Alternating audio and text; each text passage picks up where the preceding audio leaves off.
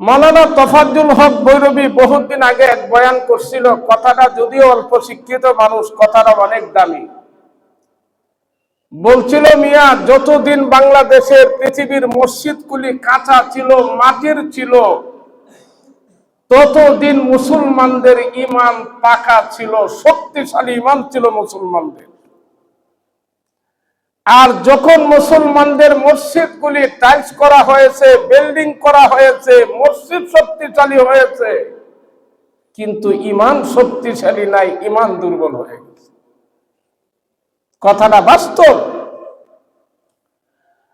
কারণ যতগুলি ফরজিয়াত বিধান আছে, ফরজিয়াত বিধানের উপরে কঠোর কোনো মাসআলা দেয় না। কারণ দিলেও খুব জুত করতে পারে না, হয় চাকরি যায়, নাহলে স্টেজে বয়ে গুতা খায়। দেখেন না নেটের মধ্যে। এই জন্য এই ওয়াজগুলি বাদ দিছে, শুধু সুবিধাবাদী যত বয়ান আছে এইগুলি এখন ওয়াজ করে।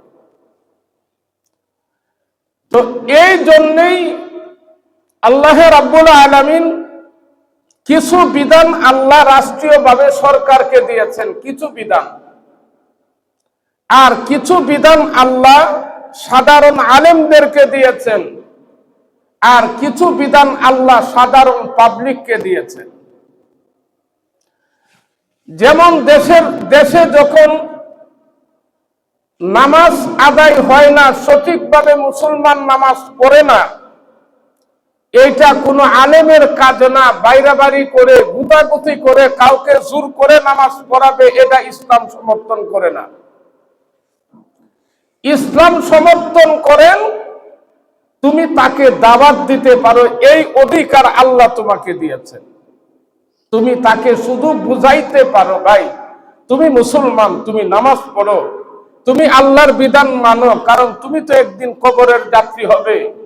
এই আলোচনাগুলি শুধু তুমি করতে পারো, কিন্তু জবরদস্তি করে, মারামারি করে এই অধিকার আল্লাহ তোমাকে দেয় নাই। আল্লাহ বলেন, যে দেশের মুসলমানদের দেশে যাদেরকে যাকাতের অধিকার আল্লাহ দিয়েছেন, যারা যাকাতের অধিকার প্রাপ্য দেওয়ার মতো সামর্থ্য আছে, যদি ওই দেশের লোক শিল্পপতি যাকাত আদায় করে না, ওই দেশের সরকারের দায়িত্ব প্রশাসন দিয়া যুদ্ধের ঘোষণা করে তার কাছ থেকে অ্যামাউন্ট গুলি আদায় করে ওই দেশের গরিব অসহায়দের মধ্যে বিলীন করে দেওয়ার দায়িত্ব আল্লাহ দিয়েছেন। কোন আলেমরে মারামারি করে যাকাত আদায় করতে আল্লাহ বলেন নাই, কারণ এটা আলেমের কাজ না। আলেমের কাজ হলো এতটুকু, একজন মুসলমান যাকাত দাতা তাকে মাসআলাটা বলে দেওয়া, ভাই তুমি যদি যাকাতের মালিক হও, যাকাত যদি আদায় না করো, তাহলে তোমার সম্পদটা আল্লাহর দরবারে হারাম গণ্য হয়ে যায়, এবং এই সম্পদের হিসাব কিয়ামতের ময়দানে তোমার আল্লাহর আদালতে দিতে হবে।